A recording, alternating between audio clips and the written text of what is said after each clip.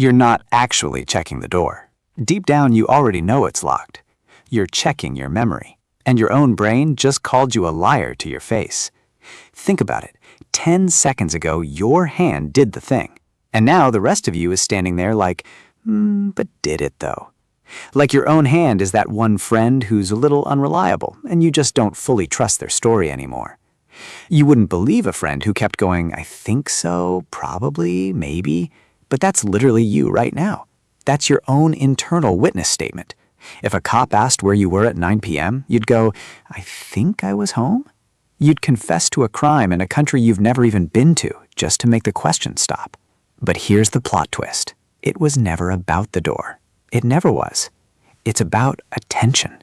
When you locked it the first time, your brain was somewhere else. Dinner, a text, whatever unhinged thing your coworker said. The action happened. Nobody was home to actually witness it.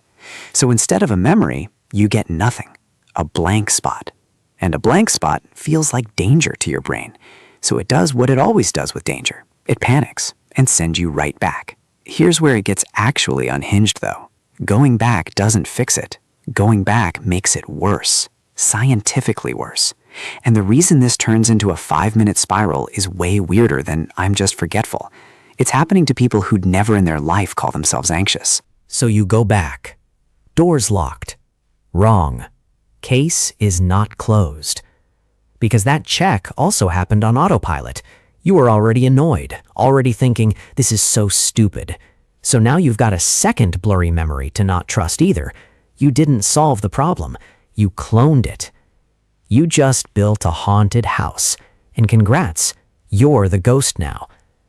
There's an actual name for this, memory distrust, and the study behind it is genuinely wild. People checked a stove over and over, and the more they checked it, the less vivid and less trustworthy each check felt afterward. Checking doesn't build confidence, it erodes it, kind of like staring at a word so long it stops looking like a real word.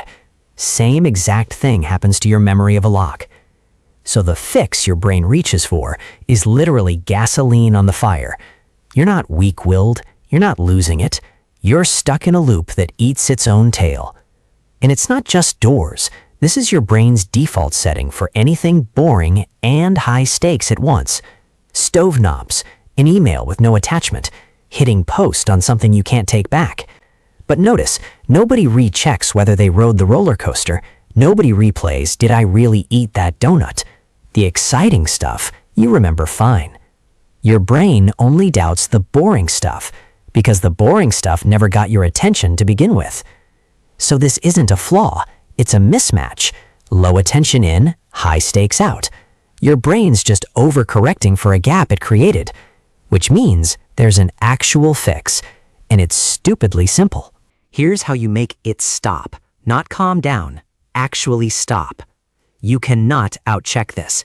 We just proved checking more only makes foggier memories. The fix has to happen before the doubt even shows up. People who kill this glitch completely do one embarrassingly simple thing. They narrate the action, out loud or dead serious in their head. I am locking the door. It is locked. One sentence. That's it. That's the whole fix. Because now the memory isn't a blur you have to trust on faith. It's tagged, language, intention, a moment you were actually there for. One vivid memory beats 50 foggy ones every single time. And once you know this, it gets kind of funny. You'll catch your own hand halfway back to the door and just go, oh, there's the glitch. You're not broken. You're a slightly distracted animal running on autopilot, same as every human who's ever locked a door and doubted it. So next time, don't fight it. Don't spiral. Just say it out loud like a weirdo in your hallway. Future you will thank you. And if your brain's doing this with doors, it's doing it with a dozen other things you haven't caught yet. Stoves, texts, emails. Comment door, and I'll show you.